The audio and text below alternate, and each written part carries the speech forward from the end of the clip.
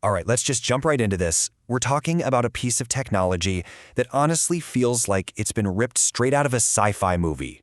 It's this wild crossroads between a medical miracle on one hand and a total privacy nightmare on the other. Yeah, today we're talking about Meta's AI that's learning to literally see what you're thinking. I mean, just read that again. Let that sink in for a second.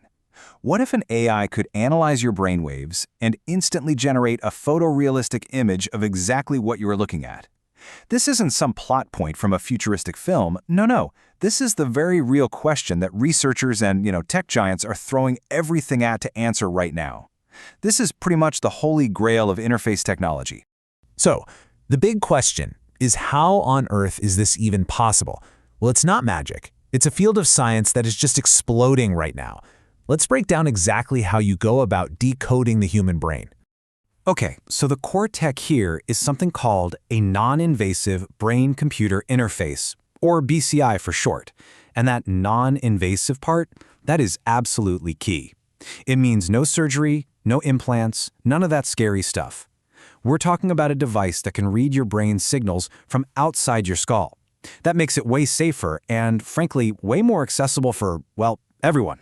The whole process really boils down to three main steps. First, the BCI scans your brainwaves. That super complex storm of electrical activity that fires off whenever you see something or even just think about something. Second, a really powerful AI gets to work decoding all that data, learning to spot the unique patterns for specific ideas or images. And finally, step 3, it translates those brain patterns into a brand new generated image of what you were seeing. And you should know, this isn't just one company working in a vacuum. This research is actually building on some incredible breakthroughs from places like the University of Texas, with what they call their semantic decoder. Now think of that like an AI that's learning the language of your brain. It's not reading your exact words, but it's getting the gist of your thoughts and can even translate that into text.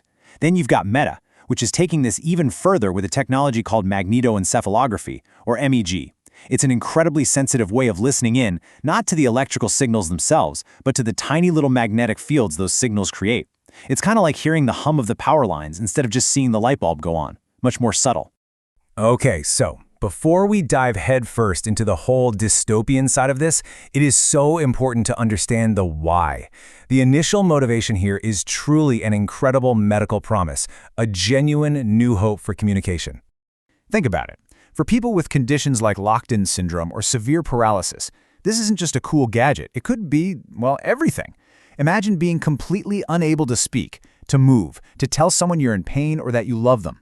This technology has the potential to completely bridge that silent gap, translating their thoughts directly into words or images for their families and caregivers. It's truly life-changing stuff. And that really gets to the heart of it, right? This isn't a cool party trick to see what your friend is thinking about. At its absolute best, this tech is about restoring a fundamental part of what makes us human, our ability to connect with each other. It's a tool for profound empathy. And this is where things take a turn. Look, the technology itself, it's neutral, right? A tool is just a tool. But how it's used, that depends entirely on who's holding it. So now we have to talk about the perils, especially when you take this technology and you plug it into Meta's existing architecture. An architecture that, let's be honest, is built from the ground up to do one thing: gather our data and influence what we do. Remember, a lot of this groundbreaking research, like we mentioned, it started in academia, places like the University of Texas, driven by pure scientific curiosity and this amazing potential to help people. The main goal there is discovery. It's healing. But when that same technology gets developed by a company whose entire business model relies on understanding and shaping your behavior for advertisers, well, the motivation changes a lot. The goal isn't just to heal anymore, it's potentially to sell. And suddenly, the stakes get so much higher for all of us. So what we're left with are two just incredibly different futures.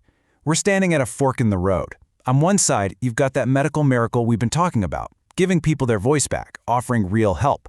But on the other side, well, that road leads straight into a privacy nightmare, a world where private thoughts aren't a thing anymore, and ads are targeted not based on what you click, but on what you silently want.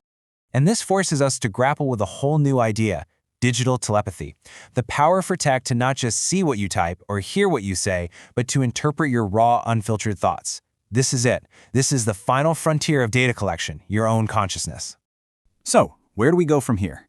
We are, right now, standing at a massive crossroads. This isn't just about some new gadget for the metaverse. This is about drawing a line in the sand. It's about defining the absolute boundaries of privacy and deciding what kind of future we're willing to live with, inside our own heads. Look, this technology can absolutely give a voice to the voiceless, and that is a goal worth fighting for, no question. But we have to ask ourselves this one critical question, and we have to start asking it right now. What happens when it won't stop listening?